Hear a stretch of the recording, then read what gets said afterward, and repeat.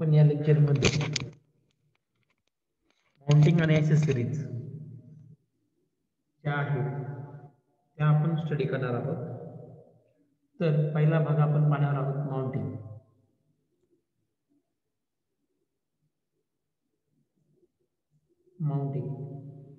त्यालाच आपण boiler mounting देखील म्हणतो. म्हणजे बॉयलरवरती आपण काही डिव्हाइस लावतो,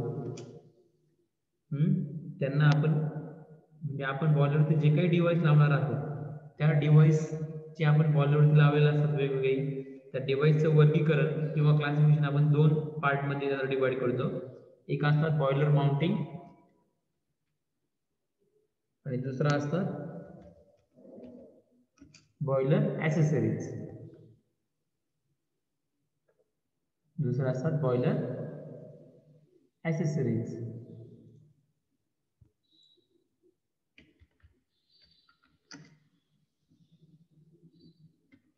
म्हणजे बॉयलरवरती जे काही डिव्हाइस लावलेले असतात त्यापैकी काही डिव्हाइस ॲक्सेसरीज असतील, काही माउंटिंग असतील. अशा दोन प्रकारामध्ये ते डिव्हाइस मोडतात.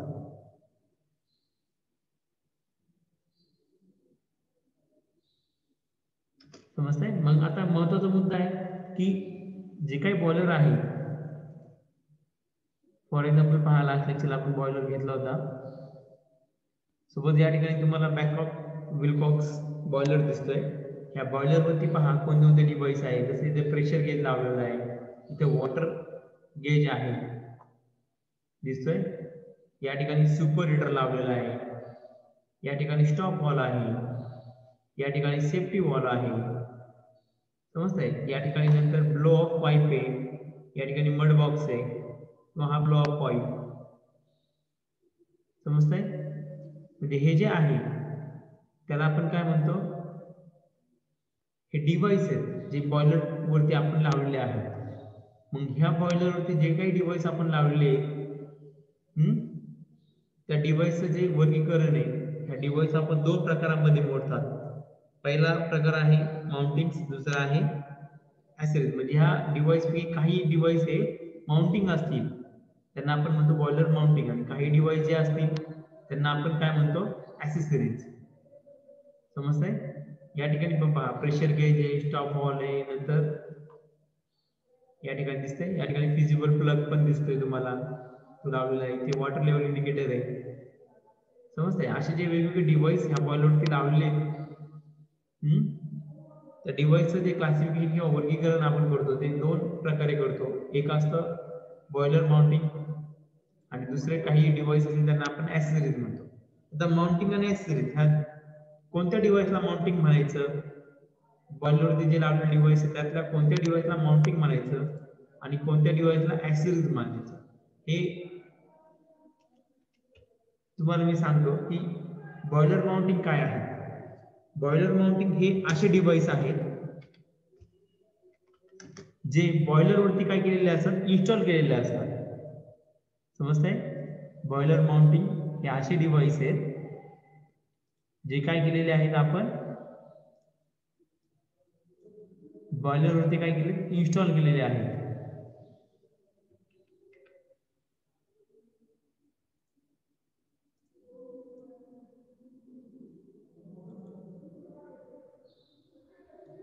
समजतंय? असे डिव्हाइस जे काय केलेत आपण बॉयलरवरती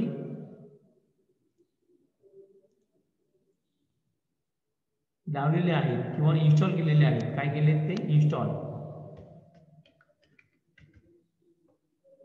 आणि ते बॉयलरवरती इन्स्टॉल केल्यामुळे त्या ठिकाणी त्याचं वर्किंग काय आहे एक्झॅक्टली.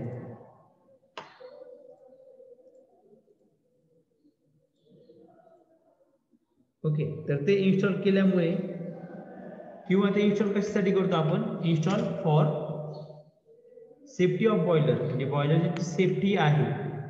सेफ्टी म्हणजे तो बॉयलर फुटू नये किंवा त्या ठिकाणी कोणाला इजा होऊ नये, म्हणजे त्या बॉयलरच्या सेफ्टीसाठी. कशासाठी, सेफ्टी ऑफ बॉयलर. म्हणजे बॉयलर जो आहे त्या ठिकाणी बॉयलरमध्ये काय करतो आपण, पाणी काय करतो, पाण्याला हीट देतो आणि वॉटरला हीट देऊन आपण त्याचं कशात कन्वर्जन करतो, वाफेमध्ये म्हणजे व्हेपरमध्ये, किंवा त्याला आपण स्टीम देखील म्हणतो, त्यामध्ये आपण कन्वर्जन करतो. जर त्या बॉयलरच्या आतमध्ये जे काही स्टीम तयार होते त्याचा जर प्रेशर जास्त झाला तर ते बॉयलर कदाचित कधी कधी फुटू शकतो कदाचित, नाही का? तुम्ही पाहिलं असेल न्यूजला बऱ्याचदा येतं मुंबई या ठिकाणी केमिकल प्लांट मध्ये बॉयलर फुटला, असे बऱ्याच ठिकाणी होतं. मग ते फुटू नये किंवा तशी चूक होऊ नये त्यासाठी आपण काय करतो, त्या सेफ्टी पर्पज साठी त्या बॉयलरच्या आपण काही डिव्हाइस हे काय करतो आपण इन्स्टॉल करतो for safety of the boiler. तसंच बॉयलरची सेफ्टी तसंच आपण त्या ठिकाणी म्हणू शकतो अँड बॉयलरचं जे काही ऑपरेशन आहे ते आपल्याला कंट्रोल करायचे आहे. म्हणजे बॉयलरचे जे काही ऑपरेशन्स आहेत ते कंट्रोल करण्यासाठी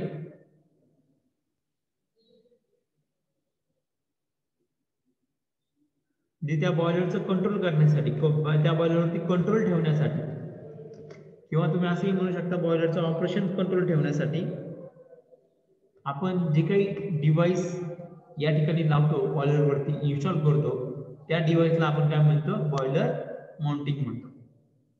समजतंय? म्हणजे बॉयलर माउंटिंग हे असे डिव्हाइस आहे जे आपण पुढे इन्स्टॉल करतो, बॉयलरच्या वरती ते इन्स्टॉल केलेले असतात, लावलेले असतात आणि ज्यांचा मेन पर्पज काय आहे, त्या बॉयलरची सेफ्टी हे त्याचा मेन पर्पज आहे. तसंच त्या बॉयलरचं जे काही ऑपरेशन आहे ते कंट्रोल ठेवायचं आहे, ते कंट्रोल करायचं आहे किंवा त्या बॉयलरला कंट्रोलमध्ये ठेवायचं आहे. समजतंय? बॉयलरचं ऑपरेशन हे कंट्रोलमध्ये ठेवायचे आहे. तसंच त्या बॉयलरची सेफ्टी आपल्याला पाहिजे आहे. मग त्या सेफ्टी पर्पजसाठी आणि ते बॉयलरचं ऑपरेशन कंट्रोल पर्पजसाठी जे काही डिव्हाइस आहेत जे आपण बॉयलरवरती माउंट केलेले आहेत, माउंट किंवा त्याला आपण म्हणतो इन्स्टॉल करणे किंवा लावणे, त्या बॉयलरवरती ते लावलेले आहेत त्या डिव्हाइसला आपण म्हणतो बॉयलर माउंटिंग. हे समजलं तुम्हाला बॉयलर माउंटिंग काय आहे? ओके. त्यानंतर आता मी ॲक्सेसरीज सांगतो. ॲक्सेसरीज हे असे डिव्हाइस आहेत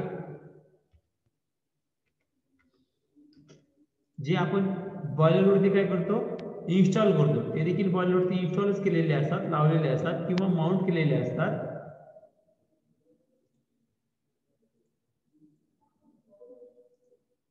ते इन्स्टॉल केलेले असतात किंवा त्याला आपण म्हणतो माउंट करणे.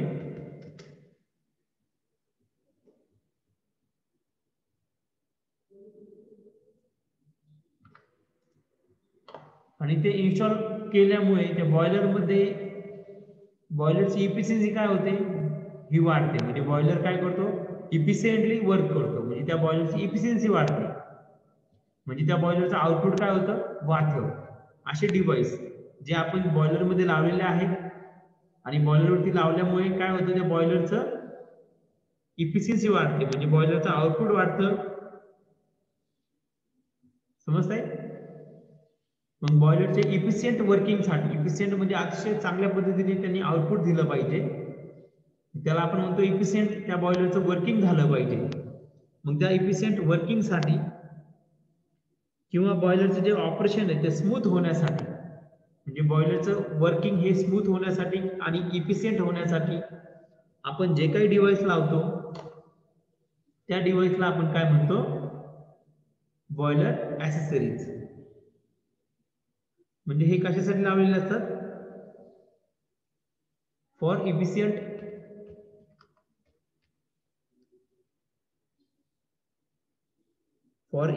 वर्किंग.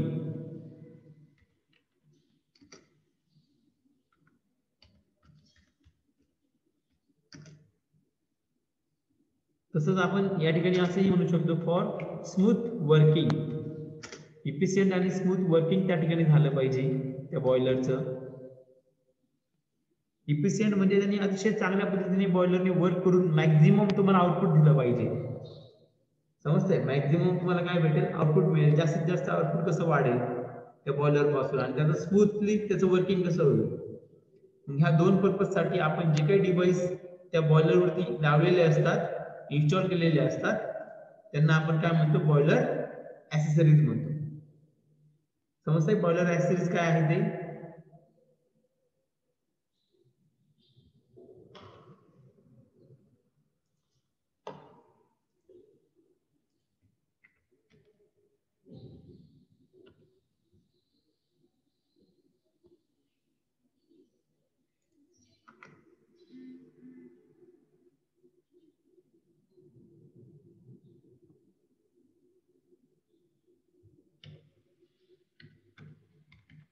ओके, हे लक्षात ठेवा महत्वाचं की माउंटिंग कशासाठी आहेत आणि ऍक्सेसरीज कशासाठी आहेत. माउंटिंग आणि ऍक्सेसरीज हे दोन्ही डिव्हाइस काय केलेले असतात, बॉयलरवरती लावलेले असतात. फक्त दोघांमध्ये एक बेसिक डिफरन्स काय आहे. ओके, दोघांमध्ये बेसिक डिफरन्स काय आहे.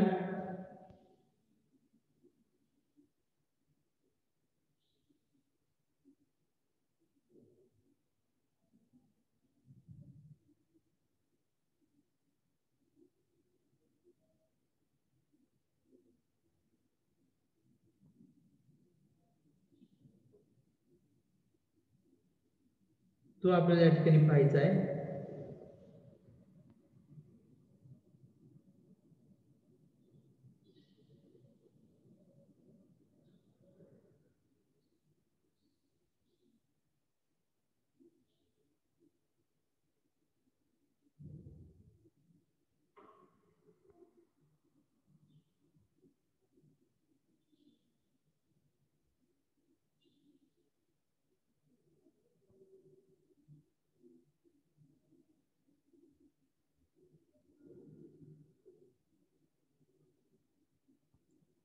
ओके, ह्या दोघांमध्ये जो बेसिक डिफरन्स आहे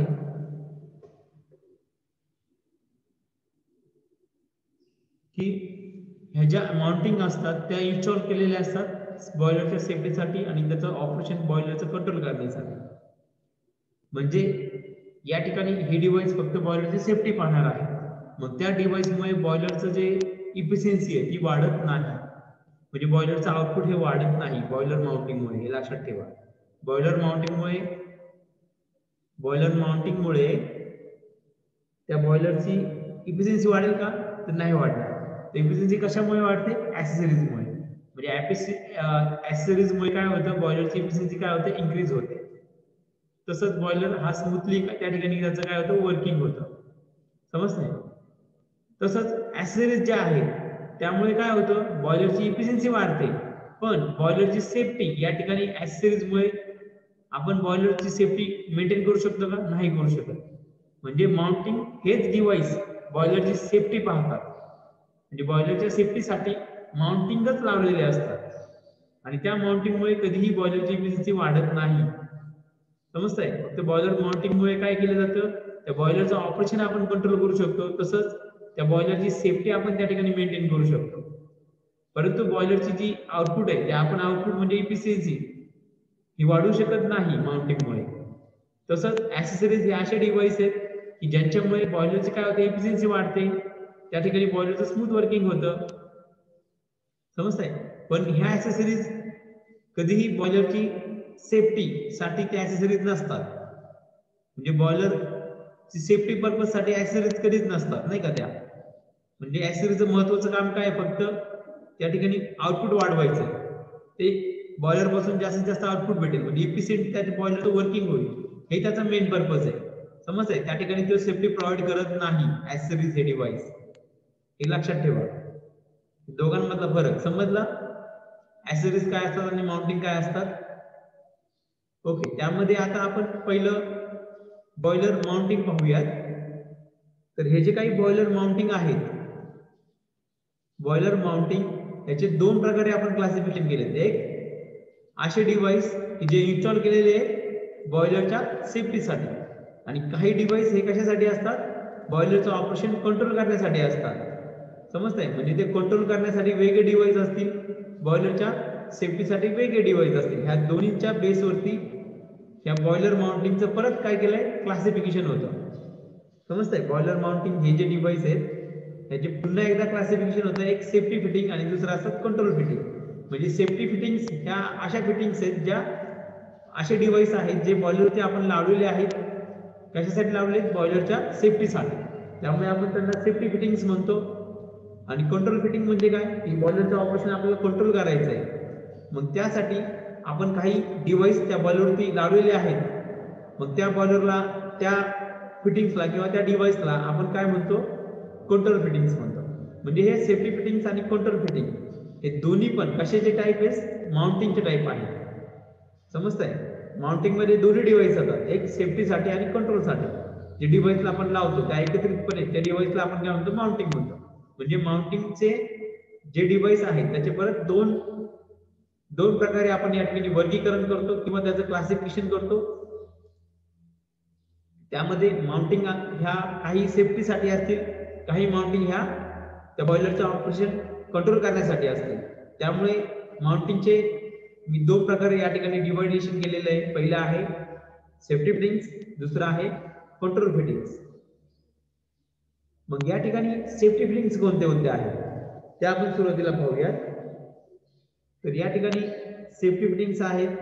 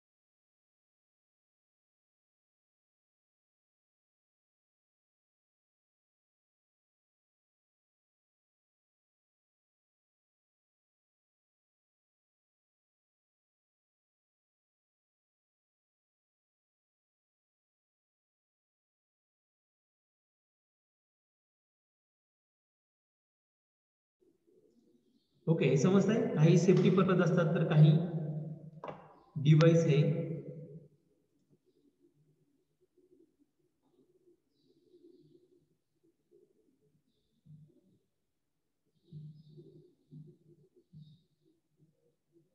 कंट्रोल फिटिंग म्हणतो काहींना आपण. तर या ठिकाणी हे जे सेफ्टी आहे त्यामध्ये पहिलं आहे सेफ्टी वॉल. म्हणजे काही वॉल आपण त्या बॉयलरवरती लावलेले असतात त्यांना आपण सेफ्टी वॉल म्हणतो. ते कशासाठी असतात, सेफ्टी पर्पजसाठी. त्याचे परत त्याचे क्लासिफिकेशन पडतात. त्याचे तीन भाग पडले जातात. तर पहिला आहे डेड वेट सेफ्टी वॉल, दुसरा आहे लिव्हर सेफ्टी वॉल, तिसरा आहे स्प्रिंग लोडेड सेफ्टी वॉल. त्यानंतर सेफ्टीमध्ये वॉटर लेवल इंडिकेटर देखील आहे. वॉटर लेवल इंडिकेटर काय इंडिकेट करतो, वॉटर लेवल किती आहे त्या बॉयलर मधली. जर ती वॉटर लेवल कमी झाली आणि त्यामध्ये जर स्टीम वाढतच गेली तर स्टीमचा प्रेशर वाढेल आणि बॉयलर फुटू शकतो. म्हणजे त्या वॉटर लेवल इंडिकेटर तुम्ही पाहू शकता की त्या ठिकाणी वॉटरचं प्रमाण किती आहे किती नाही. म्हणजे हा देखील एक सेफ्टी फिटिंग्स मध्ये मोडतो. तसंच कंबाईनली आपण high steam and low water safety wall, म्हणजे जर स्टीमचं जास्त प्रमाण झालं किंवा लो वॉटर म्हणजे पाणी जर कमी झालं आणि स्टीम वाढली तर त्या ठिकाणी असा एक आपण सेफ्टी वॉल त्या ठिकाणी बसवलेला आहे की ज्याचा यूज कधी होतो, ज्यावेळेस स्टीम जास्त असेल आणि वॉटर ही लो असेल त्या ठिकाणी तो सेफ्टी वॉल देखील तसा आपण बसू शकतो. त्यानंतर फिजिबल प्लग, हा फिजिबल प्लग देखील आपण त्या ठिकाणी लावलेला असतो सेफ्टी फिटिंग्स मध्ये. आणि हे आपण 1 बाय 1 त्याचं वर्किंग आपण स्टडी करणार आहोत. फक्त सुरुवातीला मी तुम्हाला नावं सांगतो आणि हे नावं तुम्हाला 2 मार्कला किंवा 4 मार्कला विचारतात. त्यानंतर कंट्रोल फिटिंग्स कोणते कोणते आहेत, तर कंट्रोल फिटिंग्स मध्ये पहिले येतो स्टीम प्रेशर गेज. म्हणजे जो प्रेशर गेज आहे ज्याच्या सहाय्याने आपण काय करू शकतो, प्रेशर किती आहे किती नाही, प्रेशर किती आहे एक्झॅक्टली, म्हणजे जी काही आपण स्टीम तयार करतो बॉयलर मध्ये त्या स्टीमचा प्रेशर किती आहे त्या बॉयलरच्या आतमध्ये असताना तर ती स्टीमचं प्रेशर त्या प्रेशर गेजच्या साहाय्याने आपण मोजू शकतो. त्यानंतर फीड चेक वॉल आहे, त्यानंतर जंक्शन स्टॉप वॉल आहे, त्यानंतर ब्लॉक कॉक आहे. हे काय आहेत? Control fitting. हे त्या बॉयलरचं ऑपरेशन काय करतात? कंट्रोल करतात. त्यासाठी ते आपण लावलेले आहे. तर आपण या ठिकाणी वन बाय वन एक एक आपण पार्ट पाहूया. पहिला आपण पाहूया सेफ्टी वॉल. ओके, या ठिकाणी दिसतंय सेफ्टी वॉल.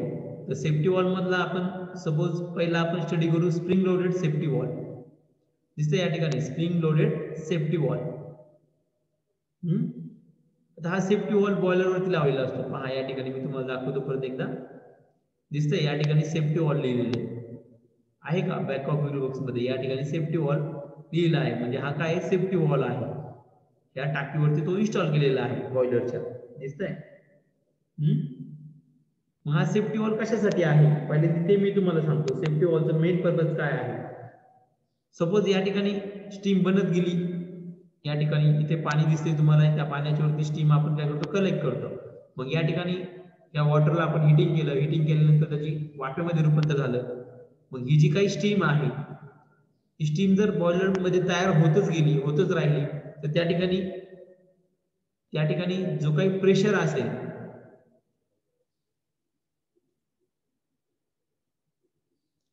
दिसतंय या ठिकाणी ही जी स्टीम आहे या ठिकाणी तयार झालेली, त्या स्टीम जर आपण तयार करत गेलो तर त्या स्टीमचा प्रेशर काय होतो? इन्क्रीज होत राहतो, तो वाढत राहतो. प्रेशर ऑफ स्टीम काय होतो? तो इन्क्रीज होतो. आणि जर प्रेशर तो इन्क्रीज होत गेला, त्या स्टीमचा प्रेशर इन्क्रीज होत गेला, तर कालांतराने काय होतं? हा बॉयलर फुटू देखील शकतो, तो ब्रस्ट होऊ शकतो. ब्रस्ट म्हणजे काय? फुटू शकतो, समजतंय? किंवा त्या बॉयलरला डॅमेज होऊ शकते. आणि तो जर बॉयलर फुटला तर त्या ठिकाणी काय होईल? त्यातलं जे गरम पाणी किंवा गरम स्टीम ही सर्वच्या सर्व बाहेर पडेल. आणि बाहेर जर तिथे कोणी ऑपरेटर असेल किंवा कोणी माणसं असतील त्या ठिकाणी, त्यावरती जर तो स्टीम किंवा ते वाफ जर त्याच्या अंगावरती गेली, कदाचित त्या ठिकाणी जीवित हानी देखील होऊ शकते. म्हणजे हे डेंजरस आहे खूप, बॉयलर फुटणं किंवा त्याचं ब्रस्ट होणं, समजतंय? मग ते जे ब्रस्टिंग ऑफ बॉयलर आहे किंवा ते बॉयलरचं फुटणं आहे ते आपल्याला जर टाळायचं असेल तर या ठिकाणी आपण काय लावतो? सेफ्टी वॉल लावतो. दिसतोय हा सेफ्टी वॉल. मग एक्झॅक्टली सेफ्टी वॉल करतो काय? ज्यावेळेस बॉयलरचा प्रेशर जो असतो बॉयलरच्या आतमधला, म्हणजे आपण काय करतो? हा बॉयलर आपण डिझाईन केलेला असतो, तयार म्हणजे बनवलेला असतो एका पर्टिक्युलर प्रेशर लिमिटसाठी. म्हणजे त्या ठिकाणी एक लिमिट आहे प्रेशरचं.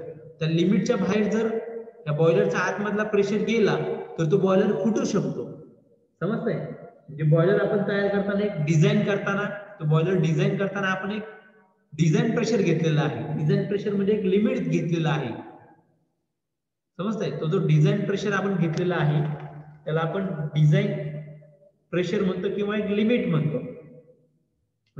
पण आपली जी टेक्निकल लँग्वेज आहे त्याला आपण म्हणतो डिझाईन प्रेशर,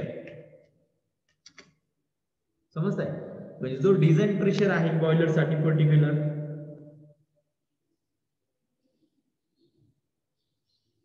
त्या प्रेशर पेक्षा जर जास्त प्रेशर जर बॉयलरच्या आतमध्ये स्टीमचा जर झाला तर त्या ठिकाणी तो बॉयलर फुटू शकतो. तो बॉयलर काय होऊ शकतो? फुटू शकतो. मग हा जो डिझाईन प्रेशर आहे ते एक लिमिट आहे, त्या लिमिटच्या पुढे आपल्याला प्रेशर जाऊ द्यायचा नाही. मग जर डिझाईन प्रेशरला, म्हणजे ह्या बॉयलरच्या आतमधली जी काही स्टीम आहे त्या स्टीमचा प्रेशर जर डिझाईन प्रेशरला जर रीच झाला, जर तो डिझाईन प्रेशर पर्यंत जर पोहोचला, समजतंय? तर त्यावेळेस हा सेफ्टी वॉल काय होतो? ऑटोमॅटिक ऑन होतो. ऑन होतो म्हणजे काय? त्या ठिकाणी तिथे ओपनिंग तयार होते आणि त्या ओपनिंग मधून काय होतं? ही जी स्टीम आहे ती काय होते? बाहेर पडते. म्हणजे जेणेकरून, समजतंय? म्हणजे ज्या वेळेस बॉयलरच्या आतमधली जी काही स्टीम आहे, समजतंय? या ठिकाणी बॉयलरच्या आतमधली जी काही स्टीम आहे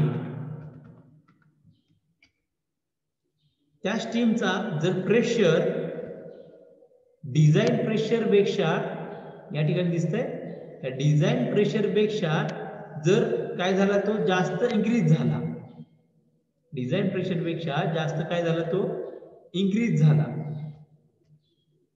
किंवा त्या डिझाईन प्रेशरला रीच झाला, रीच म्हणजे त्या डिझाईन प्रेशरला जर पोहोचला तो, समजतंय? म्हणजे ह्या स्टीम जर आहे बॉयलरच्या आतमधली त्या स्टीमचा प्रेशर जर डिझाईन प्रेशरच्या स्टीमला म्हणजे जो डिझाईन प्रेशर आहे त्याला जर त्या स्टीमचा जो प्रेशर असणार आहे, समजतंय या ठिकाणी मी काय सांगतोय ते? या ठिकाणी जी काही स्टीम आहे बॉयलरच्या आतमध्ये त्या स्टीमचा प्रेशर जर बॉयलर आपण जो डिझाईन केलेला आहे ज्या प्रेशरसाठी त्या प्रेशरला जर तो रीच झाला, जर तो रीच झाला तर त्या ठिकाणी तो बॉयलर फुटू शकतो. तर ते फुटू नये त्यासाठी आपण या ठिकाणी काय लावलंय सेफ्टी वॉल्व. मग सेफ्टी वॉल्व काय करतो, जर स्टीमचा प्रेशर डिझाईन प्रेशरला रीच झाला तर हा सेफ्टी वॉल्व काय होतो ऑपरेट होतो, तो ऑपरेट होतो आणि त्या ठिकाणी सेफ्टी वॉल्व मध्ये काय तयार होते, ओपनिंग तयार होते, गॅप तयार होतो. मग त्या ओपनिंग थ्रू हा जो स्टीम आहे बॉयलरच्या आतमधली जी काही स्टीम आहे ती स्टीम काय होते बाहेर पडते, समजतंय? जेणेकरून काय होतं तो बॉयलरच्या आतमधली जी स्टीम आहे त्याचा प्रेशर काय होतो मग परत कमी होतो आणि जेणेकरून तो बॉयलर काय होतो फुटत नाही, तो ब्रस्ट होत नाही, समजतंय? हे सेफ्टी वॉल्वचं वर्किंग कसं आहे. आणि सेफ्टी वॉल्व तुम्ही सर्वांनी एक example, best example safety valve तुम्ही तुम्हाला सांगतो, डेड वेट सेफ्टी वॉल्व. कोणता सांगितलं मी? Dead weight safety valve. तो तुम्ही सर्वांनी बघितलाय. तर तुम्ही म्हणता सर तर म्हणताय आम्ही बघितलाय, आम्ही कुठं बघितलं? तुमच्या प्रत्येक मुलाच्या घरी प्रेशर कुकर असतो, पाहिलाय प्रेशर कुकर? मला वाटतं सर्वांनीच बघितलं असेल प्रेशर कुकर. असा एकही मुलगा नसेल की ज्यांनी प्रेशर कुकर काय किंवा तो कसा दिसतो त्याला माहित नसेल.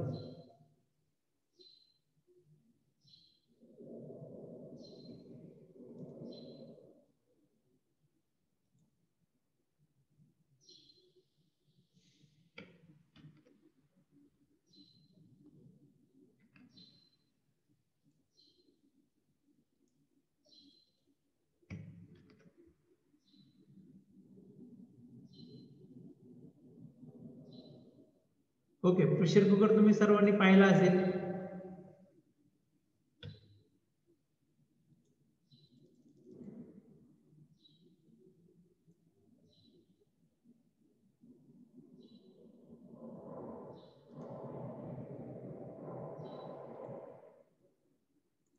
ओके, प्रेशर कुकर तुम्ही सर्वांनी पाहिलेलाच असेल.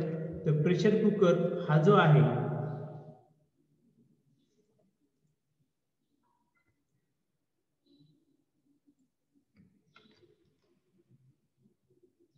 ओके, त्या प्रेशर कुकर वरती आपण त्या ठिकाणी वरती तुम्ही पाहिलं असेल एक डेड वेट सेफ्टी वॉल्व पाहिला की सर्वांनी? ज्यावेळेस आपण भात शिजवायला टाकतो त्यावेळेस एक्झॅक्टली होतं काय त्या ठिकाणी, तर त्या ठिकाणी असं एक त्या ठिकाणी शिट्टी आपण त्याला म्हणतो, शिट्टी, बरोबर? एक वजन असते ना, एक डेड वेट आहे त्याला आपण डेड वेट सेफ्टी वॉल्व म्हणतो, समजतंय? ते एक वजन असतं.